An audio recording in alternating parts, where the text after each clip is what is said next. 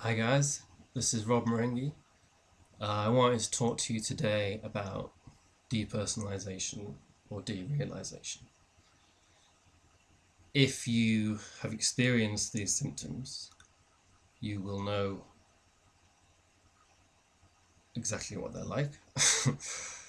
If you haven't, then the best description I heard of it was from a woman on a Facebook support group. It said, imagine you've been dropped into your body, into a new body, and everything's suddenly too bright, too loud, distressingly unfamiliar, um, and just generally terrifying.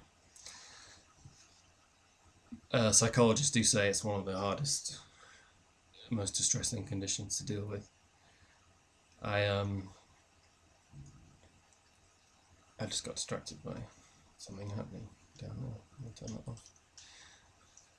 So my own story with this, about 3 years ago, I'd noticed a creeping sense of just feeling a little bit weirder and weirder each day.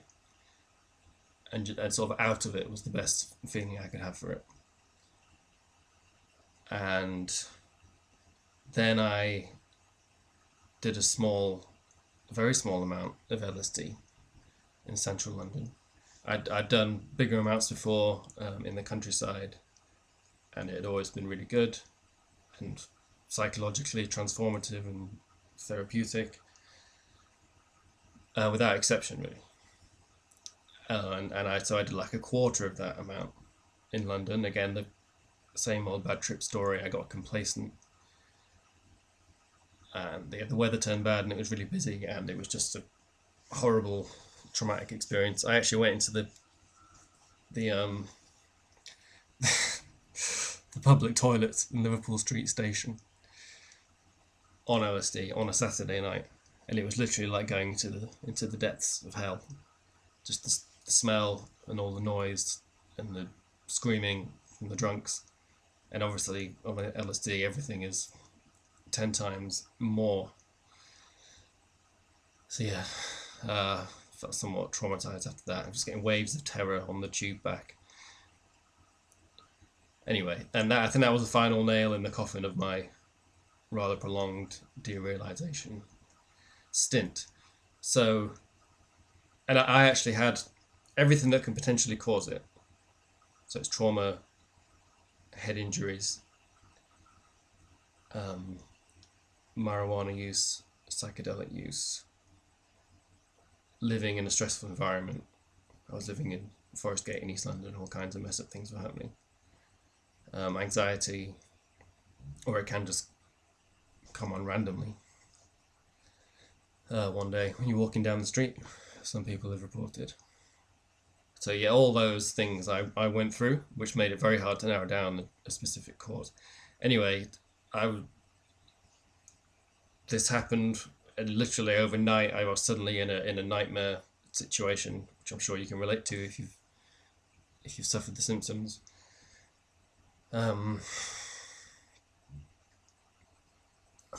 Yeah, I was just walking around completely alienated and terrified. I went to the doctor and said, 3 years ago, I went to the doctor and said, I don't want to live like this. And he said it could be a symptom of a variety of things. So I got sent around the medical community, neurologists, ear, nose and throat specialists, balance specialists, various psychiatrists.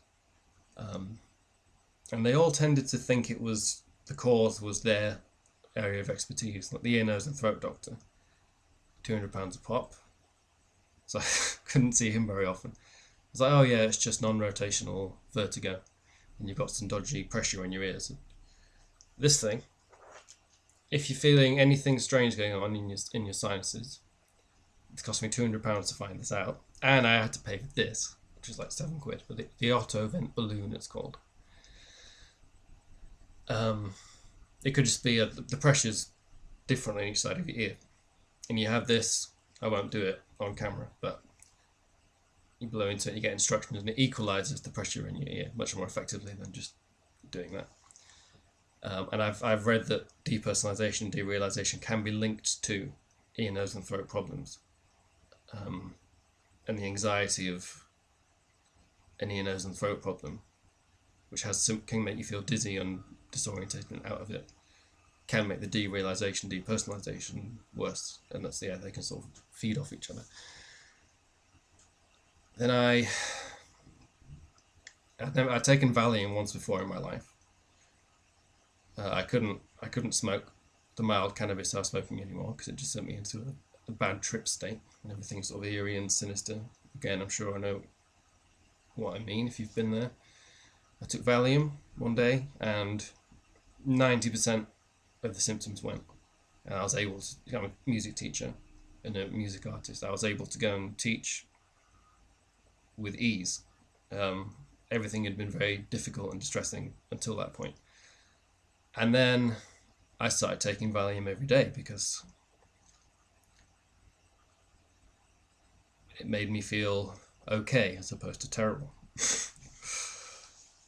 So yeah, sort of struggling through life. I was with my ex at the time. We ended up getting engaged. It was halfway through the engagement period that the symptoms kicked in. And as you know, if you've got it, and which I now know is just a textbook reaction from reading the Facebook support groups, which it took me like 2 years to read up on the Facebook support groups. I have no idea why. But there's so many people out there with the same symptoms. But yeah, it basically, I became closed off and numb and suicidal and didn't really want to tell anyone about that. And everyone worried about me a lot, and then the relationship kind of gradually shut down, partly through that, partly for other reasons as well. Yeah, I stopped wanting to go places, even though I usually managed to transcend and beat that urge just to stay in and be closed off. But yeah, it went from, say you go to a gig or a club or even just a pub, whether it's busy or not, but especially if it's busy and it's just an ordeal, you know. It's not just let's just go out and have a good time now. It's okay, let's go out and try and survive this bizarre perception change that makes everything so odd.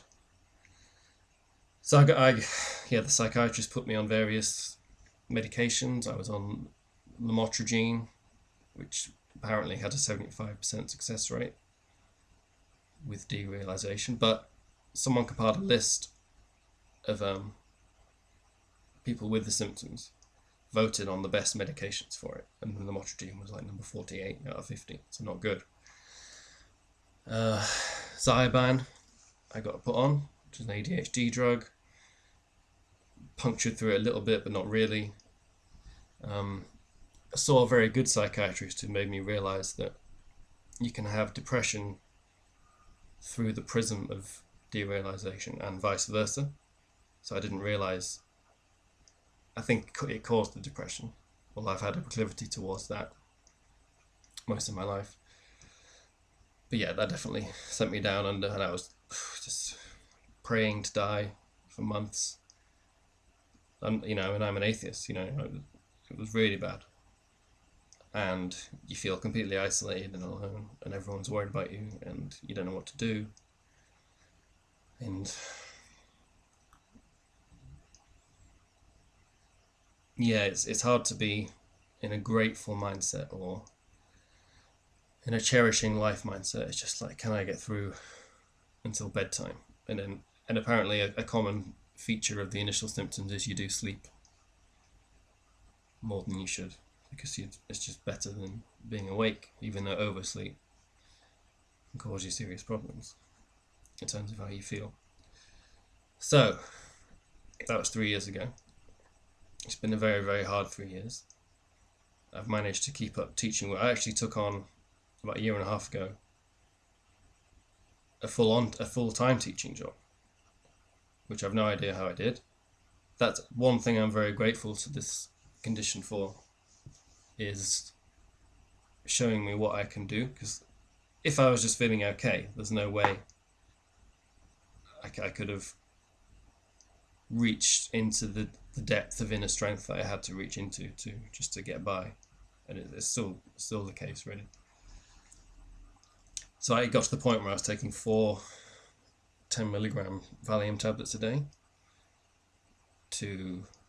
And to anyone who's taken it before knows that's a ridiculous amount. But yeah, every day for years, 3 or 4.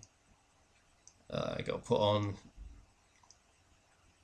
So after, several years of black despair, after about 6 or 7 months ago, I asked for sertraline, the antidepressant, because I'd heard that was really good, not for derealisation, but for depression. Because I tried citalopram before that, and that just made it worse. Made the derealisation worse. It gave me insomnia, anxiety. Yeah. Sertraline, which I found out after I started taking it, on that list of the best medications was actually number 2 out of 50. So that might be something worth trying out if you're suffering at the minute, or you know someone who is suffering. The best video I ever saw. Excuse me 1 second. I'm just going to find the guy who did it. Yeah, his channel's called Big No No. All one word, Big Noknow. And he's called Noah. And his video describing depersonalization really did save me. Because I was totally isolated and alone. I hadn't found the Facebook groups. No one I knew what I was talking about. They'd never heard of it before. I'd never heard of it before. There is a wonderful Bob Dylan song called Dreaming of You, which is definitely not as sentimental as it sounds, and describes the symptoms eerily well. So perhaps Bob Dylan has been going through it. You apparently it's very common in small flashes. Like people have a car crash, the car spins and they slide along. People dissociate because the mind can't handle it, but they usually come back from that. Whereas some people get it chronically, pathologically, you could even say.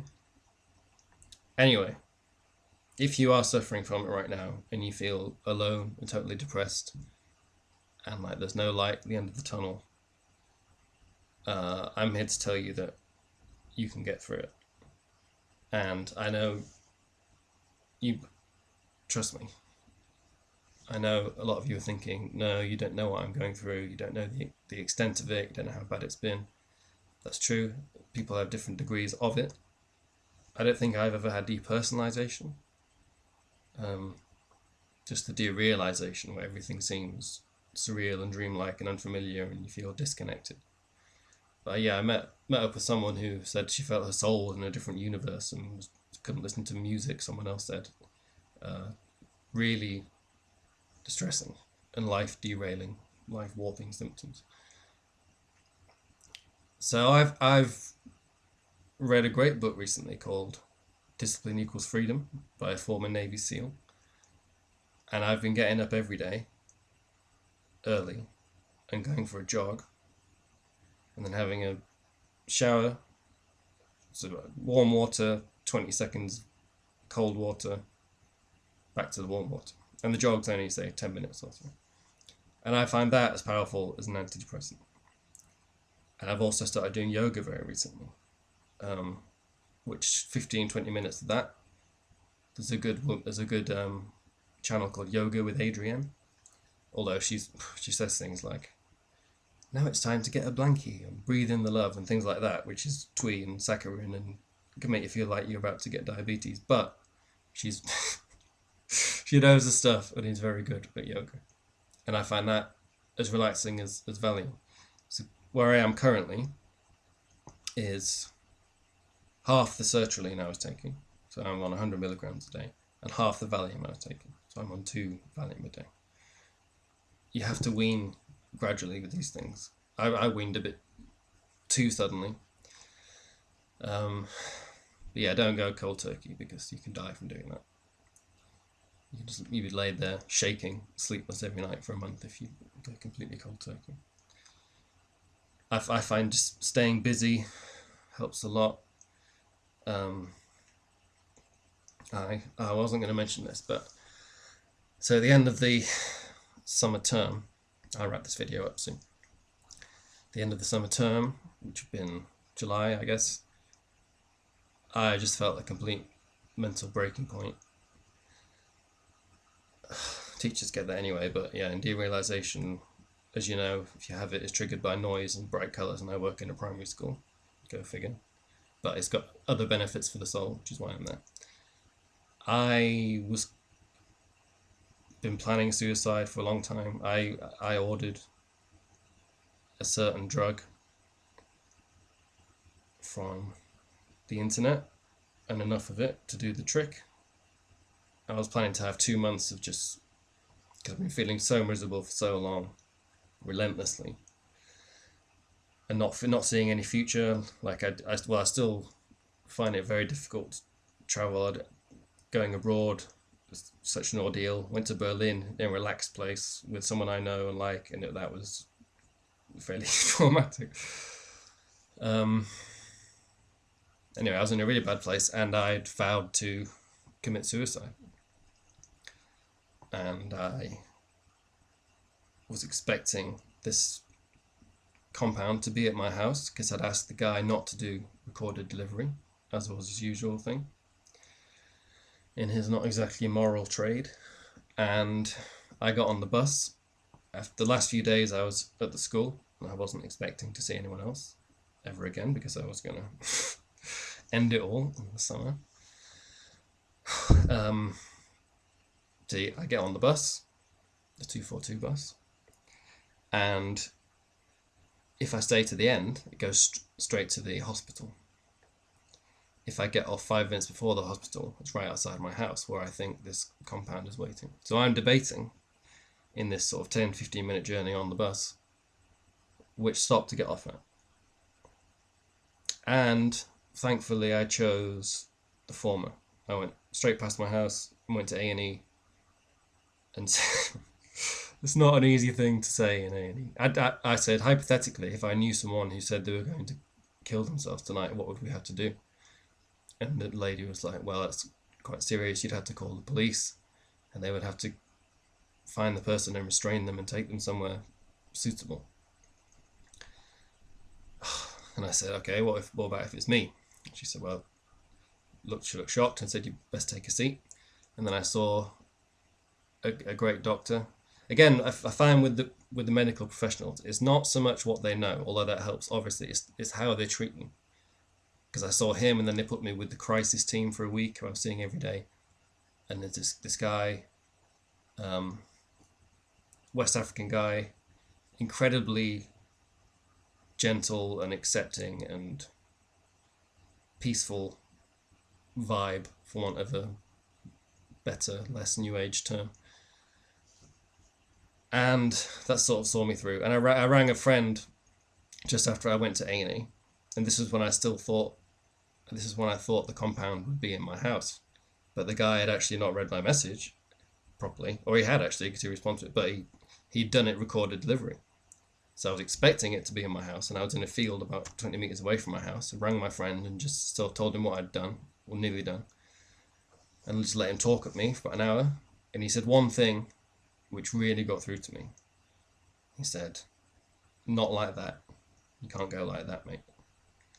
And that stuck with me. And I watched a Jordan Peterson video where someone said they were feeling suicidal, and he said, check yourself into A&E, which is why I went to do that. He said he'd had clients who had never got over the suicide of a relative or close friend after decades, and it leaves behind, no matter how carefully you word the note, it leaves behind a long trail of despair and carnage. So if you are in that space, and you're determined to end it, I'd recommend Jordan Peterson videos. like How to Handle Your Darkest Feelings is a good one, and there's one on depression. I'd also recommend reading accounts from people who've had it far worse than we than we have had it. Man's Search for Meaning by Viktor Frankl is an amazing book, very short, about his experience in concentration camps and how people got depersonalization after leaving the concentration camps. So not only were you in a concentration camp for years, just being starved and tortured and the rest of it, you then had this conditioning to deal with after that. And most of those people went on to, some of them to do great things like him. So if they can do that, we can put up with this. You know, life is very difficult, but there's meaning to be found in it. You know, family, friends, your artistic work, your profession, if you're lucky, introspection, meditation really helps. Obviously your mind tells you not to do it, but that's the very mind that you want to take a bit less seriously in the sessions. Yes, as sleeping pattern, sunglasses I found to be a lifesaver. You sometimes feel a bit self-conscious if it's not that sunny wearing them, but it can make it a lot more bearable. It can make the symptoms a lot more bearable to wear sunglasses outside. Yeah, I don't know how I would have got by without them. You wear them all the time.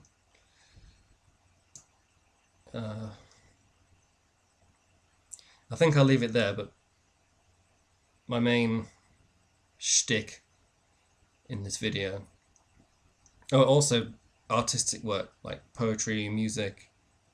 I found being able to, well, I've done music all my life, and all my stuff's available for free under my name on Spotify and iTunes and all that. And some of the songs are about the last few years.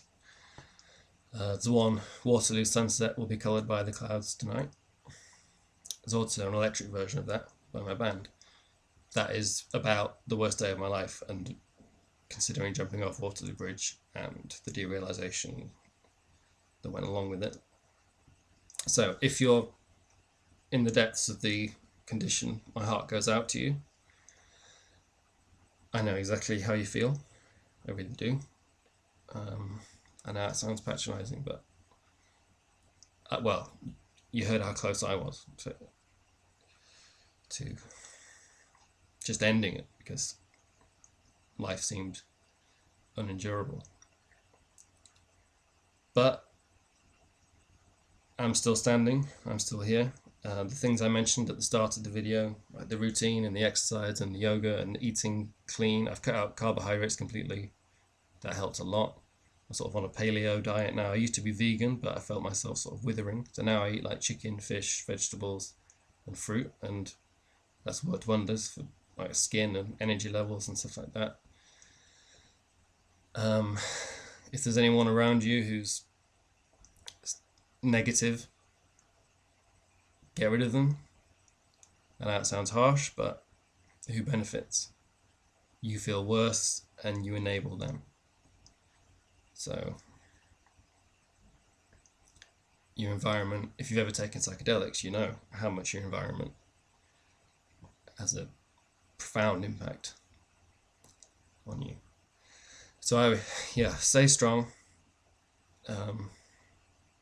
Maybe see a decent therapist who's got experience in derealisation, depersonalization. You might be one of the lucky ones. Some people get it for a week, no medication, it just goes away. And some people have it all their life. I try not to use inflammatory language too much. That's why I've been saying symptoms and condition instead of fucking horrible, spaced out, dead feeling. Doesn't help to think of it like that. Yes, that guy I mentioned, his channel, what was it again? And I will wrap this up in a minute, I promise. Big No-No. Big N-O-K-N-O-W. What does depersonalization feel like is an amazing video he did. Highly recommend it. I recently cut all my hair off, dyed it red to try and sort of as an indicator of my transformed outlook on things.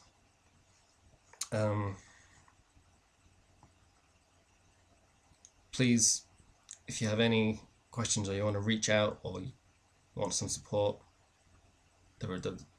as well as reaching out to me on Facebook or email, either through my music pages or my personal pages, Rob Marenghi.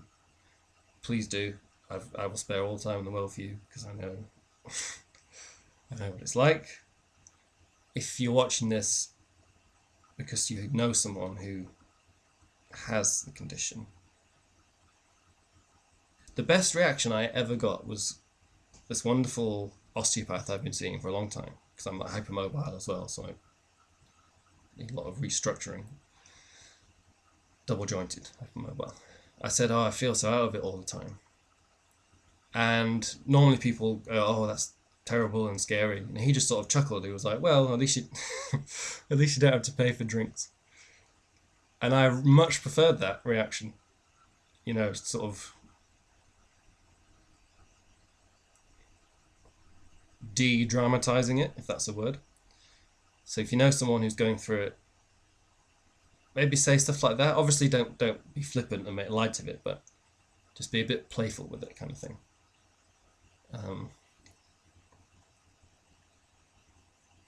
Because you don't want to confirm the narrative that it's a serious dead-end situation in the person's mind.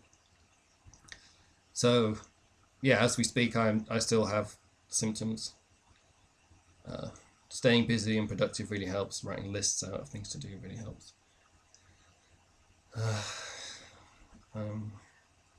Yoga is really good, like meditation combined with exercise. Anyway, you'll be okay. You'll be okay. A lot of people just need to hear that. The human spirit is very, very, very strong. And if you do feel like there's no alternative, no light at the end of the tunnel, everything's going wrong, you want to end it, please check yourself into A&E because they have incredibly well qualified people to talk to you about it. And like I said, even if they don't know about the condition, they have people there who deal with people who see no hope, kind of thing. And just a 10-minute conversation with someone like that can shift the direction. Try not to throw away all your relationships and stuff. I know going out is difficult, but at least try and leave the house every day. A little 10-minute jog in a park or something. Maybe like a quiet acoustic music gig. Anyway, I'm going to leave it there because I rambled far too long. I hope this was of some help to people, and I really am here for you if you want to reach out to me. The Facebook support groups are also good. I really am going to leave it there. But I'm living proof, and I'm not a particularly strong or stoic person, but I'm living proof that you can, at the very least, tolerate it and function with it, and to some degree accept it, and it makes you a lot stronger. Very last thing, I'd recommend, one thing I was told to do, make a diary note every hour or 2 hours how bad the derealisation or depersonalization is out of 10. And I thought it was a silly idea at first. I just thought, well, it'd be 10, 10, 10. But you'd be very surprised. When I was reading, it was 1 or 2. But then when I was out in central London, it was 9. Other times it was 4. It varies a lot, which is quite consoling to know. Anyway, that's me done.